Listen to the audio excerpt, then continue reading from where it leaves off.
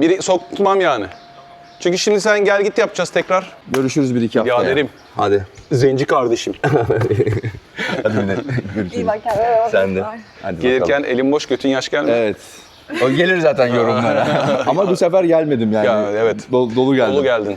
Çünkü herkes Evet. sordu. Evet. A101'den aldığın tereyağı ve peynirlerle Evet. mutlu O da ettin bir beni. şey ya. O da bir şey. Tabii. Bir şey. Bir de Soner'le İstanbul gezisi muhabbet yaptık yani. Gezisi derken biz gezdik. Aramızda sohbet Gezdik, ettik. evet. Ben her ne kadar pişik varmış gibi yürüsem de belim sakattı. Yok onu göstermedim ben. Dikkat. Göstermedin mi? Evet. Benim Ama bir de artık şey yaparsın. insanlar ekstra o videoya gidip bakacak sen nasıl yürüdün diye. Sağ karşım benim. O videoyu da izleyin. Onun kurgusunu yapacağım. Bundan önce gelir muhtemelen. Yani pişik değilim, belim sakat. Tamam neyse hadi görüşürüz yolda. Evet saati 15:42 yaptık. Şimdi yola çıkmadan ben bir İstanbul'dan eve kadar olan şeyi sıfırlıyorum. İstanbul, Almanya. Tamam. Şeyimizi kaydettik. Süper şarjöre gidiyorum. Buradan. Şu an Beşiktaş'tayım. Şu yol üzerinden bir süper şarj alalım. Oraya %53 ile varacağız ama Kapıkule'ye kadar gitmeyeceği için en güzeli yine orası dedim. Bayağı bir geç kaldım bu arada. Haydi bana hayırlı yolculuklar. Şöyle güzel bir gurbet yolu. Yavaş yavaş canımızın istediği gibi bir sürüş yapalım. Acelem yok. Zaten hani öyle aceleyle falan yapacak olsam sabah erkenden çıkardım mesela 8'de 9'da. Hedefim Belgrad'da aslında ama yani hedefte demeyeyim de genelde hani birinci yarı, ikinci yarı güzel oluyor. Çünkü işte sabahtan çıktığında Belgrad'a varıyorsun ya da Sırbistan'ı geçiyorsun. Ertesi günde oradan sabah çıkıyorsun, akşama evdesin gibi bir durum oluşuyor.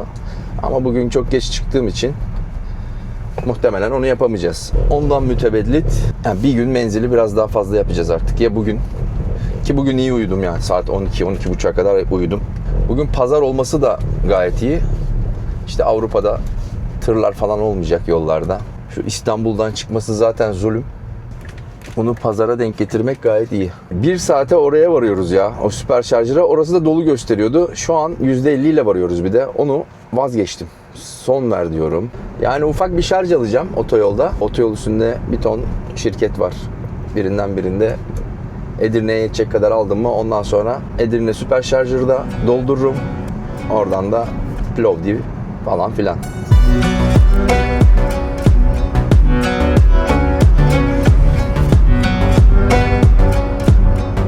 Servis alanlarında zaten şarj istasyonları var işte. En-Yakıt olsun, Turgo olsun, ZES olsun. Oraya yetecek kadar alırım. Ondan sonra şey yaparım. Hani var mıdır yok mudur'a bakmıyorum. Şu an Silivri dolaylarındayız. Şurası Silivri. Silivri'ye doğru gidiyoruz daha doğrusu. Bu arada İstanbul şeyinden, kargaşasından çok şey yapamadım. Açıya falan bakamadım. Öyle paldır küldür girdik kayda. Ama olsun. Kervan yolda düzülür demişler. Karbey diye bir dinlenme tesisinde elektrikli tabelası görünce girdim. Bir %40 yüklesek o bize Edirne'ye kadar yeter. Otomatik tanıma başlamış. Ya ben bayağıdır gelmediğim için geçen yapmıştım, orada olmuştu ama yeni bir şarj istasyonuydu. Evet başladı. Aslında gidecektim biraz daha. Ondan şey yapayım dedim de. Şimdi şöyle buraya gelmeden haritayı o süper şarjıra çizdiğimde orada bir ön koşullandırma yaptı. İşte o pili hazırladığı için şu an direkt hızlı bir şekilde alacağımı düşünüyorum. %45'teyiz. An için durayım dedim. Hem de bir şu arabanın içini bir toparlayayım. Çünkü bayağı tıngırdayan şeyler var, çöpler var. Şunları ayarlayacağım.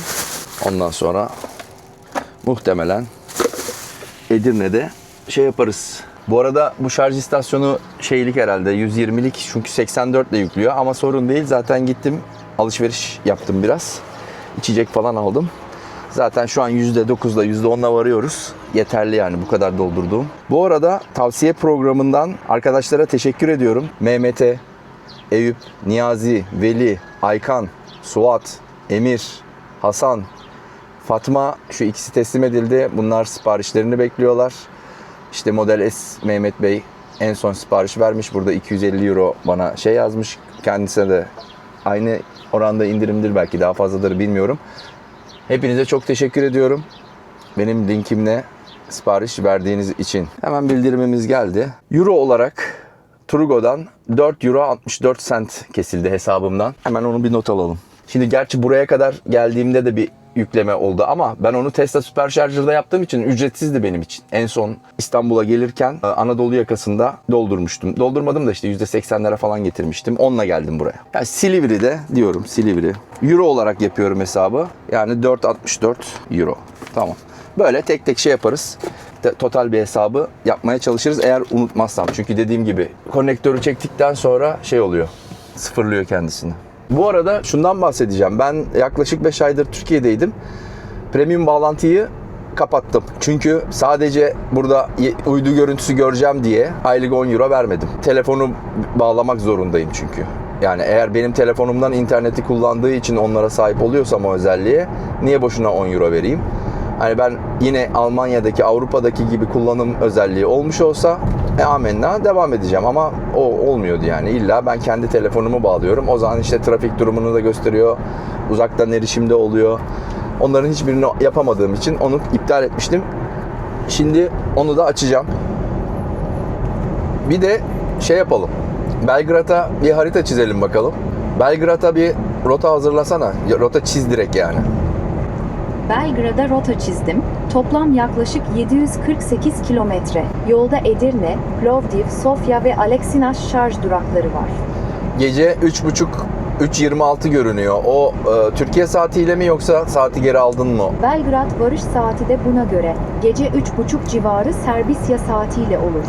Tamam. Sırbistan saati ise okey. 700 kilometreyi bir 8-9 saatte alsak dediği doğru aslında. Gece 3 gibi Belgrad'a varabiliriz. Edirne'ye 60 kilometre kala güzel yağmur yağıyor. Bayağı. Camlardaki sinekler falan hep gitti. Süper oldu. Serinledik biraz. Geçen sefer Edirne'ye girip bir ciğer yiyememiştim. Bir bakayım yesem mi yemesem mi? Zaten geç kaldım. Ya şöyle yol üstü paket yapacağım bir yer olsa güzel olur. Ki öbür videoda da birçok arkadaş yazmıştı şuradaya buradaya falan ama hepsini unuttum.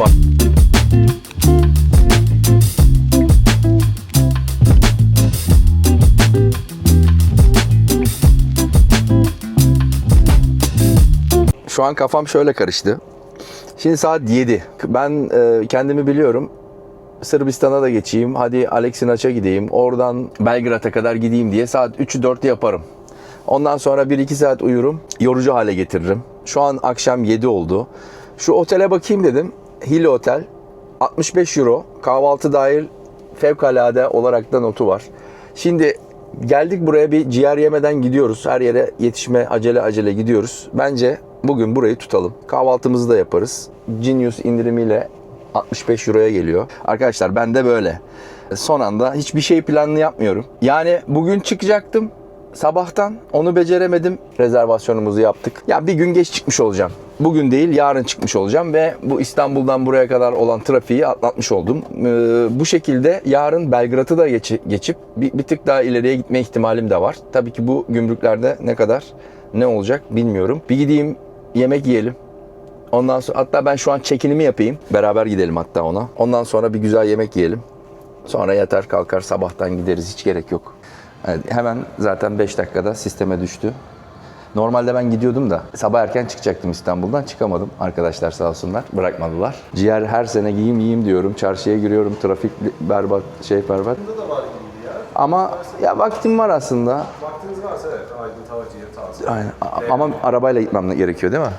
Arabayla gitmeniz gerekiyor. Otopark olarak da biraz Sıkıntı mı? Tamam. Form doldurmanızı rica edeceğim. Telefon numarası, araç plakası, imza, bir de buraya mail. Restoranımızda %10 indirimimiz var. Tamam. Tamam. Restoran bu katta. Evet, 12'ye kadar açık. 12'ye kadar açık. Servis 11.30. Menüye nereden ulaşabilirim? Odalarda da. Ha var mı QR kod? Tamam oradan bir bakarım. Teşekkür ederim. Arkadaşlar burayı bilenler vardır. Şurada Tesla şarj istasyonları 2, 4, 6 tane mi ne vardı? Şimdi buraya da versiyon 4 coming soon diyor. 4 tane de buraya geliyor çünkü burası bayağı yoğun bir yer. Park yeri de buraya park edebiliyoruz. Zaten kameralarda direkt park yerini gösteriyormuş. Aklınızda bulunsun, bu Hilli Otel'de lokasyon olarak gayet iyi. Atıyorum Türkiye'ye geldiğinde de yorulduğunda burada şarj etmek isteyen arkadaşlar için, elektrikli araçlı olan insanlar için konuşuyorum. Gayet yeni ve güzel bir otel. Personel de çok iyi. Hep iyilerdi. Yani burada oda tutmadan da gidip lavaboyu kullanabiliyorsunuz. Yardımcı oluyorlar. İşte ben atıyorum odada kalmasam bile kalemim yok. Gidiyorum rica ediyorum. Hemen ilgileniyorlar, veriyorlar. konaklayan misafirlerimize özel. Otel misafirlerine %10 indirim. 506 oda numaramız. 506 mıydı? Severiz. Balkonumuz var mı? Balkonumuz yok.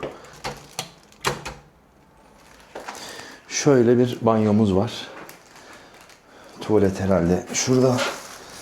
Şöyle gayet güzel bir oda. Balkonda olsaymış çok güzel olurmuş. Ama olsun. Zaten akşam bu da yeterli olur. Hemen garaja da bakıyor şuraya. Arabayı birazdan oraya alacağım. Süper şarjlar burada. Güzel. Şimdi bir yerleşeyim. Minibar falan var. Bunları da göstereyim. Kettle var. Kahve, çay var. Arkadaşlar menüyü de göstereyim de. Fiyatlar gayet iyi. Ve bu fiyatlar üzerine bir de %10 indirim var burada kalırsanız. Bakın mesela çorbalar 150 lira. Gayet iyi bence. Ne bileyim makarnalar 350 ila 460 lira arasında. Et, işte köfte, şnitzel onlar da var. Fiyatlar görünüyordur. İşine yarayacak olanlara olabilir. Onun için bunu da göstereyim dedim.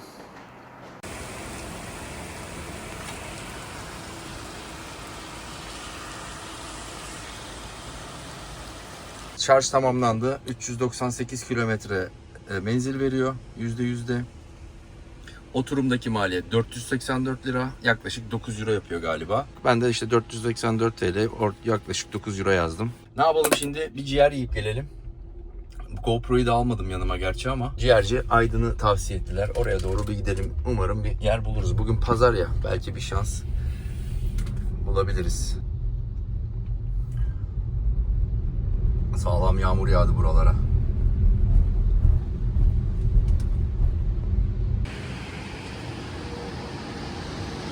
Ve muhteşem güzelliğiyle Selimiye Camii. Osmanlı mimarisinin zirvesi. Mimar Sinan'ın da ustalık eseri dediği 2011 yılında UNESCO Dünya Mirası olarak o listeye giriyor. Ücretsiz gezilebiliyor. Burayı da gördük, iyi oldu. Zaten direkt çarşıdan da aşağı iniyoruz. Şimdi tek başına gezmenin böyle güzellikleri oluyor. Nerede istersem orada yapıyorum. Ne istiyorsam. Onun için de hiçbir şeyi böyle ben giderken başlangıçta şunları yapacağım da diyemiyorum. Bunlar biraz zor hikayeler. Evet, şuralardan da şeyler başladı zaten, ciğerciler. Sıra var. Bayağı kalabalık. Demek ki bayağı iyi. Şöyle de bir yer. Fiyatlara bakalım. Tava ciğeri 480 lira 200 gramı. Izgara ciğer var. 500 lira 150 gramı. Ondan sonrakileri saymıyorum zaten. Ne kadar bekleme süresi olur yaklaşık? Yani yaklaşık bir 7-8 dakika. Çok fazla sürmez. Tamam. Ben arkaya geçeyim ondan. Tam karşısında da et döner var. Ama burası bayağı kalabalık ya. Tam meydan, çarşının içi. Bakalım kaç dakika bekleyeceğiz. Şöyle az önce göründü mü bilmiyorum da menü fiyatlarını da göstereyim. Şeyi sordum, burada masalar var niye almıyorsunuz diye. Yağmur riski var dediler. Az önce yağdığı için. Ustanın ayarı fazla gönderiyor yani. Ve süper porsiyon da güzel görünüyor. İşte 200 gram diye geçiyor. Biraz daha fazla geliyormuş. Biber. Aralardan çok acılar çıkıyor. Biber ve domates sosu. Yine acı sos. Şu şekilde servisi var. Turşular da çok güzel görünüyor. Bir de yayık ayran. Normalde yayık tercih etmiyorum ama burada bayağı yoğun bir yer olduğu için tercih ettim. Şöyle bir deneyelim. Bir yorumumu yapayım. 4 tek ciğerimiz var. 3 tane çıkarlar, 1 tane kola. Sosuyla beraber. Kola kutu. Ayranlar açık, kola kutu. 4 tek ciğer. Güzel, porsiyon da büyük. Yancıları da iyi. Çıtır çıtır sevenler için çok iyi. İnce kesilmiş. Yani Zengin şefine geldi. şöyle ince sevip çok ağır olmasın diyenler için muhteşem. Ama ben ciğeri çok sevdiğim için umarım sesim geliyordur. Biraz daha büyük iri kesim olsa, hafif içi de sulu olsa daha beğeniyorum böyle şeyi.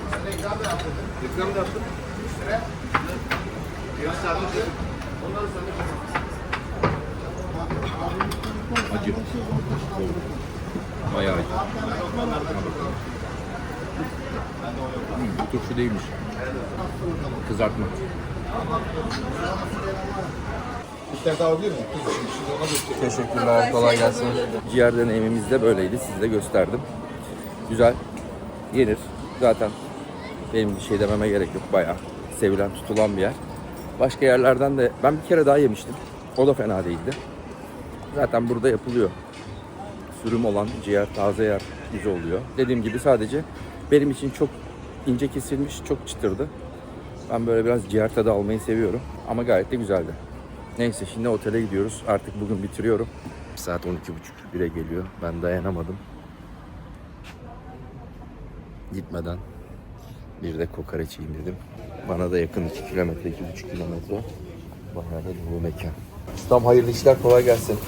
Kokoreç var değil mi? Var. Tam mı yarım mı? Yarım. Tam derken şu tam mı oluyor? Bunlar yarım. O yarım. Tam kokoreç. Tam kokoreç ya. Al onu. Bir tane de şalgam alayım ya. Gitmeden en son bir tane gömelim abi, yapacak bir şey yok. Şöyle bir ekmek. Tam ekmek 340 lira. Şalgam içtim bir tane de 50 lira. Yani 390 lira hesap ödedim. Kuzu mu? Hayır. Dana. Çok mu lezzetli? Hayır. Ama bu saatte gömülebilecek en güzel şey. Bir tane de seyyar vardı. Yanında keş olmadığı için belki dedim orada kartla ödenmez. Ondan dolayı burayı tercih ettim. Notu da çok iyiydi. Oranın da iyi, buranın da iyi. Ve yakın birbirine. İyiydi yani, öyle diyeyim. Şimdi saat 1 oldu. Gidip yatma vakti.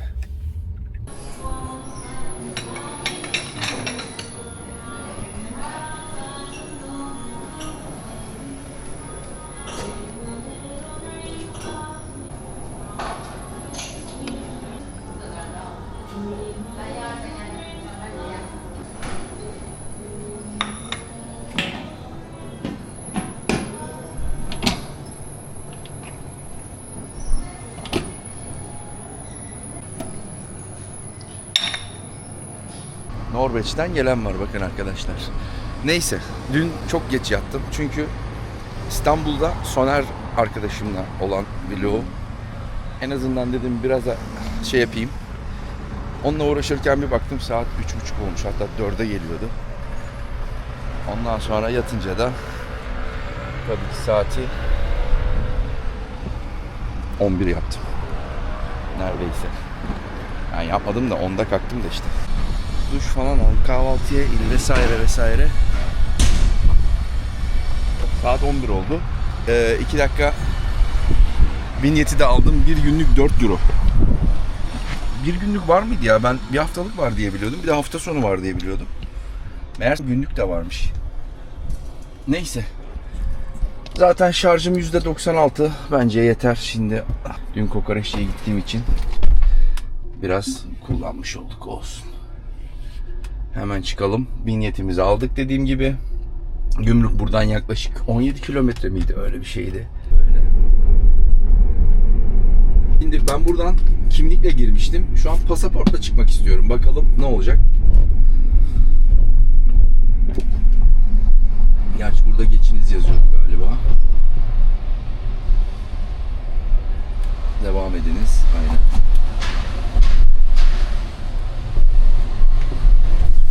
Pasaportum daha gelmemişti. Amerika konsolosluğuna vizeye başvurduğum için Almanya'daydı. Buraya, Türkiye'ye geliyorken. Şimdi geldi işte. Gelirken de kimlikle girmiştim. Bir de şeyi soracağız. Arabayı hani 2 sene bırakabiliyordum.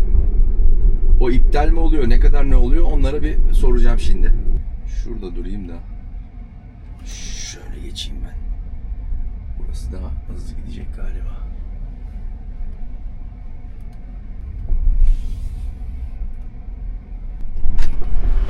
Çünkü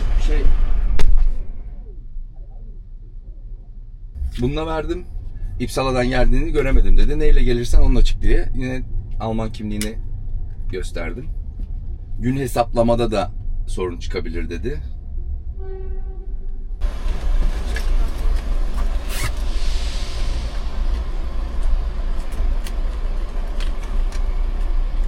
Devam edin. Bir şey soracağım.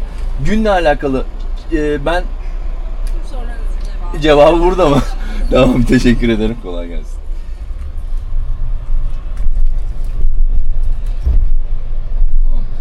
Bunu istemediler. Ya otomatik kayıt oldu herhalde. Mikrofon çalışıyordur inşallah. Neyse, yani tekrar geri döndüğümde ne kadar hakkım var falan, bunları E-Devlet'ten de görülebiliyor diye biliyorum. Ama hani ekstra bir şey işlem yapmam gerekiyor mu diye soracaktım aslında. Çünkü kısa bir süre içinde geri geleceğim diye. Neyse. Şunu şey yapabiliriz. Bunu şöyle koyalım. Ya bomboş pasaport da gıcık ediyor beni. Onun için biraz damga vurdurtturayım diye şey yapıyorum da. Neyse, Bulgar'a vurdurturalım. Sırbistan'a falan. Büyük ihtimalle şeyden gideceğim ya. Kroatya. Hırvatistan'dan giderim muhtemelen. Neyi bekliyoruz acaba? Önden bazı işlerin gitmesini mi? İyi ki hemen geçmişiz. Arkam bayağı doldu. Taşıtınızın süre bitimine ilişkin hatırlatma e-postaları alabilirsiniz. Taahhütname verme, kaldırma işlemlerini elektronik ortamda yapabilirsiniz. Güncel duyurulara taşıt ön beyan uygulamasına, sıkça sorulan sorular sayfasına ve taşıt rehberine hızlı erişim sağlayabilirsiniz. Trafik cezaları ile yol, köprü ve tünel geçiş ücretleri ödeme sayfalarına kolayca ulaşabilirsiniz. Ticaret Bakanlığı. Türkiye'deki bu dijitalleşme işi bayağı iyi. Birçok işlemi online yapabiliyoruz. Hadi kanka. Kahvemi içmedim daha. Kahvaltıda çay içtim. Çay güzeldi. Ama kahve granül kahveymiş. Kahvaltıya dahil olan. Bu arada Fineste'den alacağız şarjı. Onun uygulamadaki şeye bakmam lazım.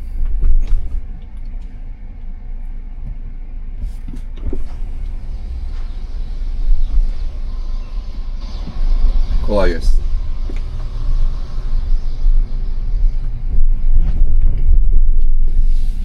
Evet, Türkiye'den çıktık. Bulgaristan'a giriyoruz. Avrupa Birliği'ne.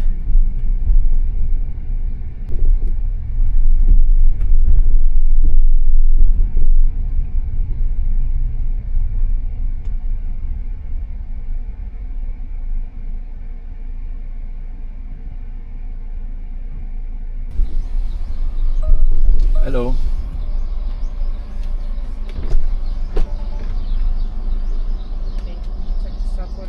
Yeah. Okay, thank you. Bye bye. Arka kapıyı açtılar.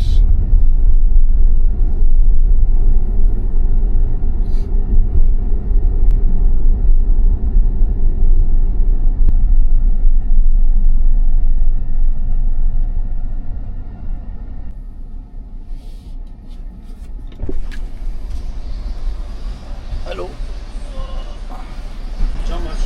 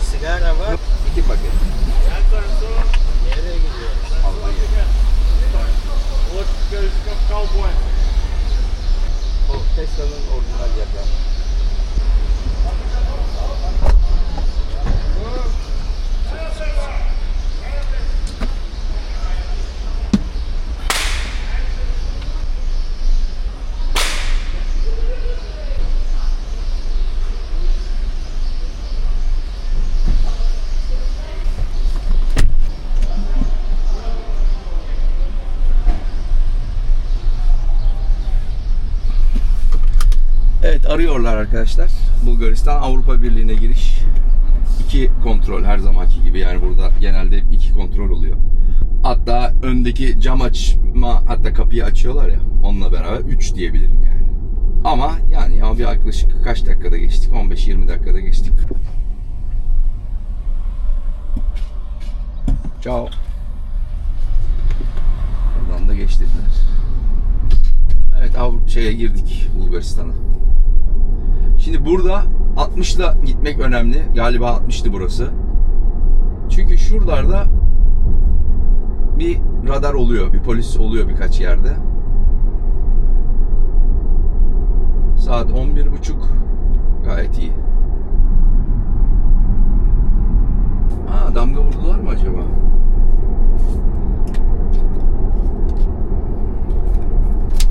Yok, damga yok. Allah Allah, damga vurmuyorlar. Şimdi şurada güzel bir benzincide, onun kahvesi gayet iyiydi. Yanlış hatırlamıyorsam. Şuradan bir kahvemizi alalım. Camımız temiz.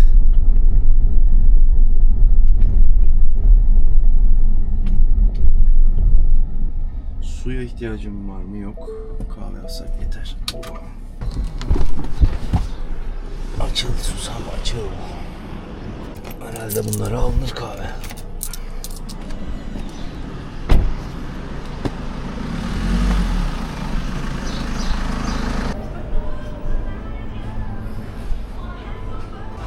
Hello. Americano? Ice americano? No, hot, yes. 2.14.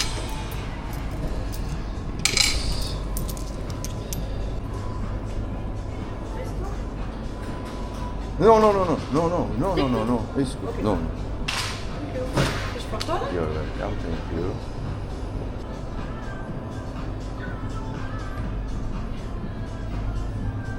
Thank you very much. Ciao.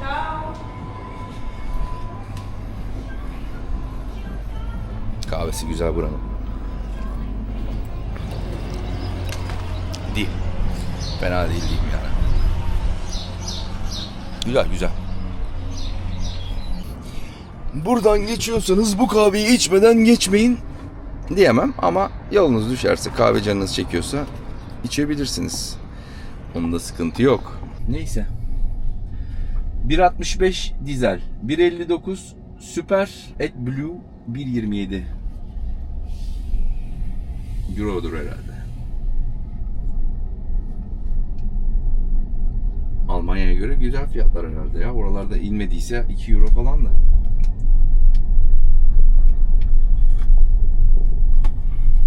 Filibe, Plovdiv'e kadar gidiyoruz.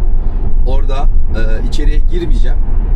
Çünkü 10 kilometre giriyorsun, 10 kilometre geri geliyorsun, 20 kilometre. Otoyol üstünde yine böyle bir istasyonun içinde Finance Charge'da şarjımızı alıyoruz.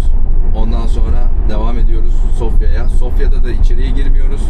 Bu arada inşallah bu açıktır. Değilmiş. Kapanmış gene. Çevre yolu bayağı bitti yani, o Sırbistan gümrüğüne kadar olan kısım ta Sofya'nın içine kadar artık mis gibi otoyoldan gidiliyor. Bu arada premium bağlantı geldi. Artık Bulgaristan'a geçtiğim için mi geldi? Herhalde ondan dolayı. Şu görüntüyü de özlemişim ya. 5 aydır değil. Tam bakayım diyordum yani premium bağlantı ne ayak falan diye. Şu an gelmiş. Şu an Bulgaristan'da da artık ücretlendirme başladı ama çok uygun bir fiyat diye biliyorum buradaki. Hatta bakabiliyorsak hemen bakalım. Şöyle üstüne tıklayalım. 10 sent galiba. 1.96 BGN diyor. O da sanırım 9 sent 10 sente falan geliyordur. Yarı yarıya da en son. Yani 1 euro 2 BGN. Burada da tamam 3 katı fazla veriyorum ama en azından 20 kilometre hem zaman hem yoldan tasarruf etmiş oluyorum. Şimdi şehrin içine falan girmeye gerek yok. Bu arada Sofya'nın içine ikinci süper şarjör açılmış galiba. Haritada gördüm ama dediğim gibi ben yine oraya da girmeyeceğim. Yol üstünde yine Fince'dan alacağım. Görünüyor mu bilmiyorum. Şuradaydı şarj istasyonu. Birazdan gösteririm şarj ediyorken. Buraya alınmış. Güzel olmuş. Büyütmüşler. Dediğim gibi şuradaydı. Şimdi buraya böyle güzel büyük bir alan yapmışlar. Bu 800'lük diyor. Şu da 1000'lik mi acaba? Bu biraz daha heybetli durduğu için o 1000'lik olan bu galiba. Number one. Bilmiyorum. 800. Hepsi 800 diyor. Şuna gidelim. Ya 800'den kasıt 800 watt'a kadar. Kilowatt'a kadar. Neyse. Başlatalım bakalım. Tabanca hafif, kablo sıcaktan mı bilmiyorum ama hafif geldi bana. Otomatik başlayacak mıydı burası? Kimlik doğrulama gerekiyor diyor. Tamam. Şuna tıklayalım. Charge now diyorum. Herhalde 3 mü bizimki? Fiyatı da burada yazıyor. Görünüyor mu bilmiyorum güneşten ama 29 cent. Tamam 3 diyeyim bakalım. Start charging diyeyim. Üstündeki numara neyse, hangi tabancayı taktıysak. Evet, başladı. Deli gibi sıcak var ama. 800 kW'a kadar tabii ki sizin aracınız kaç alıyorsa onu alıyorsunuz. Yolculuklar kısmından da şeye bakalım. Şu işte Beşiktaş'tan çıktıktan sonraki veriler. Bu mevcut sürüş, en son yaptığım yani şeyden, gümrükten buraya kadar olan galiba. Araç şu an kaç kilometrede? 91.000 kilometredeyiz.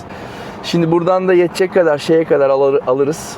Bu Sofya'yı geçince yine Find Charging var. Daha bakmadım, ona da bakarız. Oradan da alınca zaten Sırbistan Aleksinaç'a kadar yetiyor. Şuradan biz de camımızı temizleyelim.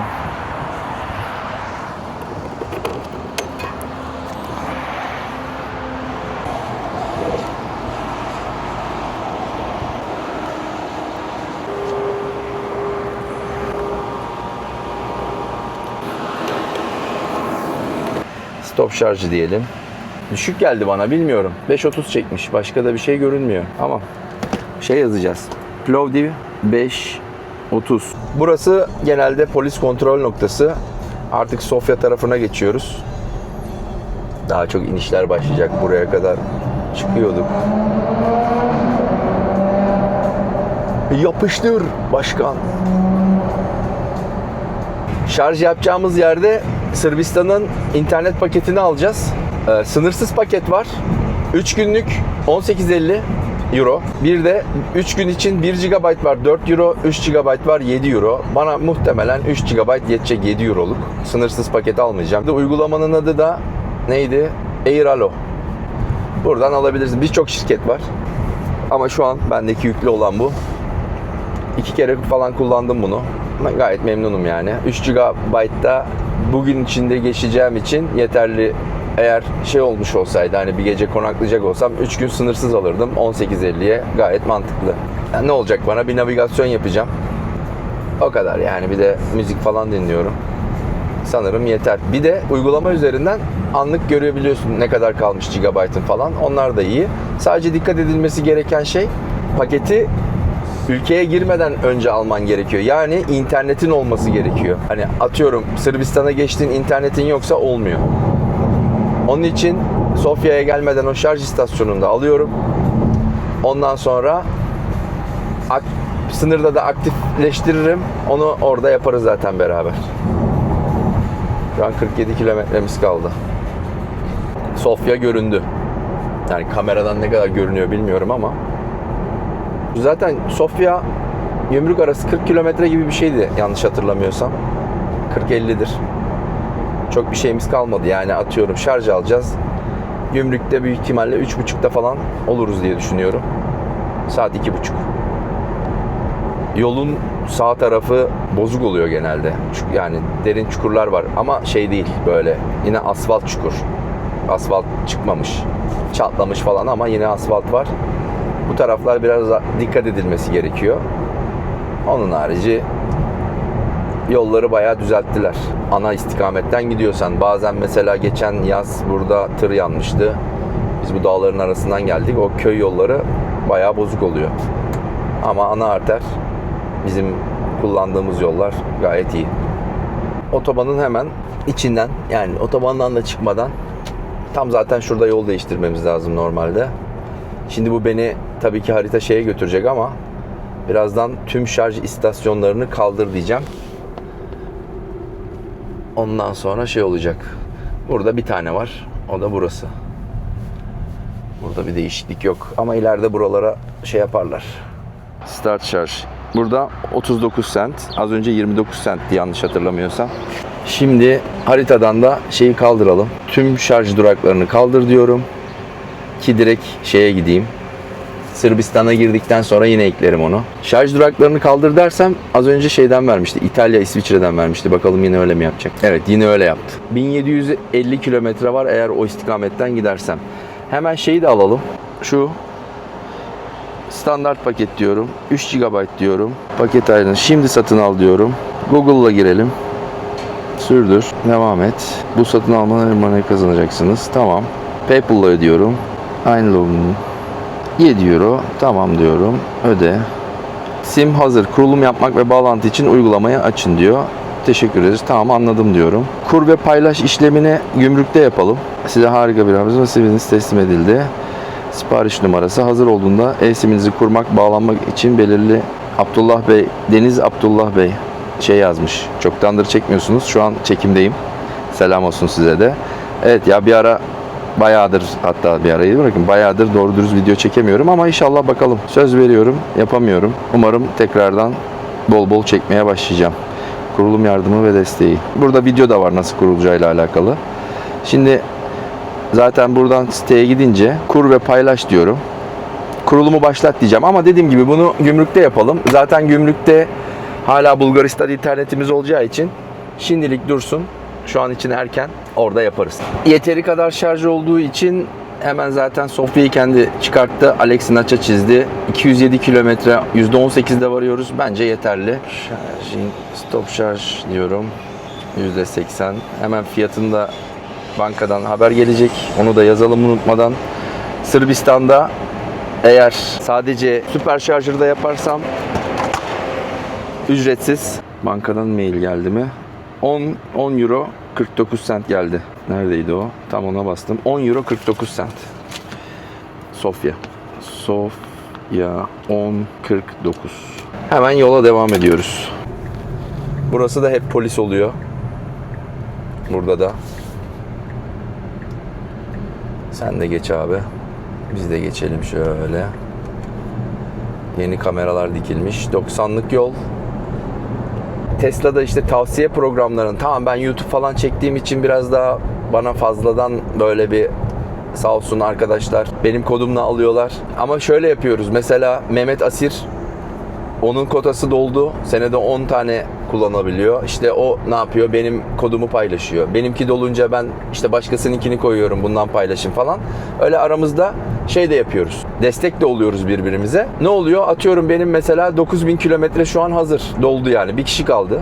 Yani ya bir ya iki kaldı yani bu sene için. 10.000 kilometre bedava. Zaten baştan alır almaz birkaç arkadaş sağ olsun işte Mehmet Asir benim kodumla aldı. Evren Mahirbal benim kodumla aldı. Birkaç arkadaş daha aldı. Zaten bir 15.000 kilometre öyle yol yaptım. Ücretsiz. Ondan sonra ekstra o zaman 250 euroya falan geçmişti. Bir ara puanlı. Ondan sonra paraya geçti. Şarj şeyi aldım. İstasyonu var ya 7 yıl ev tipi şeyi. Ondan aldım. Yatak aldım. Bunların hepsi bedava. Yani Tesla'da böyle bir avantajları da var. Bu en iyisi demiyorum sadece, yanlış anlamayın. Benim kullandığım, bildiğim bir araç. Benim zamanımda alınabilecek en iyi araçtı.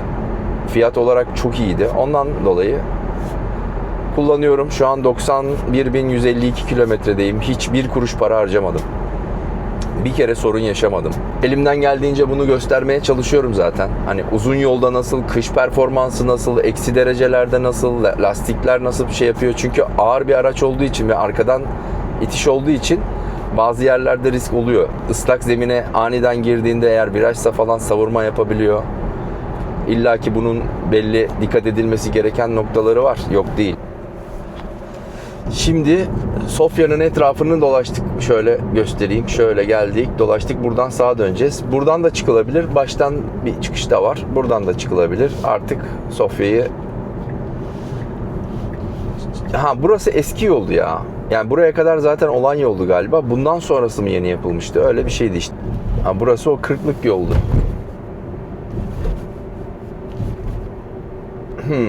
Şöyle biz yanlış geldik. Şuradan dümdüz o çevre yolundan gidecektik. Bu bize yine buradan şey yoluna getirdi. Yine o lambalı yola geldik. Buna güvendim. Orayı görmedi. Buradan getirdi. Ben de diyorum bir aksilik var yani. Buradan zaten geldiğimiz nokta burasıydı. Ama o yol açık. Çünkü ben kışın giderken oradan gitmiştim. Yine biz eski yola geldik. Burası da 50'lik, 50'lik, 40'lık yollar. Ama şimdi orası açık olduğu için burası bir tık daha azdır diye düşünüyorum. Bak hiç dikkat etmedim. Şuradan girip şuraya bağlanan yoldan gidecektik. Buraya geldik boşu boşuna. Tesla'nın navigasyonu nanay. Yani her zaman iyi şey yapmıyor. Yani buradan niye getiriyorsun? Orayı bilmiyor musun yani? Ya da oradan gittim zaten. Böyle enteresan huyları var. Ama hata da bende, dikkat etmedim. Zaten oradan götürür diye. Böyle şeyler olabiliyor arkadaşlar. Yapacak bir şey yok. Yolun birleştiği yere geldik. Yani buradan hem bir tık uzattık hem de yavaş geldik. Normalde 3.30'da orada olurduk. Şu an 3.20 geçiyor. Tamam yine bir 10-15 dakikalık yolumuz kaldı ama yani buradan gelecektik direkt 120, 140, 120 mi artık neyse burası. Bence yavaştan kuruluma geçebiliriz interneti. Kurulumu başlat diyorum. Çünkü gümrüğe bir 10 kilometre kaldı. E-siminizi etkinleştirin diyor. Etkinleştir diyorum. Operatörünüze bağlanıyor diyor. Sürdür diyorum. Tamamlandı dedi. Bitti diyorum. Şimdi kuruldu. Ama kurulduktan sonra yapmamız gereken bir işlem daha var. E-siminizi aynen bunu diyecektim zaten. Şimdi o ayarlara gideceğiz. Uluslararası dolaşımı açacağız. Devam et diyorum. iOS için gösteriyorum ama Android'ler için de aynıdır. Hücresele gidiyorum. Uluslararası dolaşım kapalı. Mesela bunu açmam gerekiyor. Bunu açtım şu an. İş bu kadar. Yani gayet basit bir kurulumu var. Hepsi de hemen hemen aynı. Gümrüğe geldik. Çok kalabalık değil galiba. Çok araba gelmedik. Şu tırlar var sadece. Burada bir plaka kontrolü oluyor. Şey almış mısın, almamış mısın diye. Otoyol için vinyet. Genelde hep bakıyorlar, bir dur diyorlar. Hemen oradan plakanı giriyor, geç diyor. Evet, aynen dediğim gibi.